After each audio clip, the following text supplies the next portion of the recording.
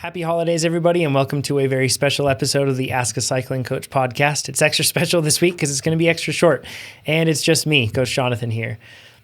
I just want to take some time to genuinely thank you all from the bottom of my heart for listening to this podcast, for submitting your questions, for sharing the podcast. It's a genuine pleasure and humbling experience in so many ways for us to be able to address the questions that you submit and answer them and prepare appropriately to be able to answer them every week. We wish you could answer them all, but we don't have enough time for that, and you wouldn't want to listen to us that much anyway. But I just want to thank you because I know I'm speaking on behalf of my other hosts, whether they're special guests or the hosts, Amber, Chad, Nate, Alex, Pete, Ivy, and all the special guests we've had this year. It means a lot to us to be able to take some time and to focus on how we can best answer your questions to make you faster. It's something that we feel very, very honored to be able to do that. And I just want to thank you. It means a lot to us. So thanks for doing that. With a little bit of remaining time I have, I want to reflect on a statement that Nate made early on in this year when everything was dropping. Really, we were just finding out that a pandemic and lockdowns and everything else could be coming upon us for the year. This has been a really hard year in many ways, at scale and also individually. A lot of tragedy faced and a lot of challenge. And I know that training can seem trivial, but I know how much it means to you. And I know how much it means to all of us. And even though it just seems like spinning circles, it's something more, and it can be something more. It's achievement, it's balance, it's what we need a lot of the times, and it's our way of managing the craziness that surrounds us. And Nate said something that was really profound, and he basically said that there would be two major reactions to the lockdowns and everything else that was coming. He said that it would demotivate some and they would fall away from their process and fall away from focus on their training.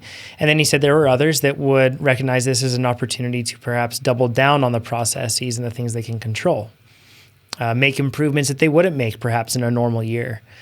And I want to encourage you to look back at this year with a fresh and balanced perspective amidst all the craziness. Yes. How'd you do and how are you doing? What can you do to put yourself in a better spot? Yes, we're all about making you faster cyclists. And for a lot of us, that also puts us in a good spot, so to speak. But how are you doing? Be kind to yourself in this process and reflect. Also be real with yourself. Are there ways that you can improve for next year?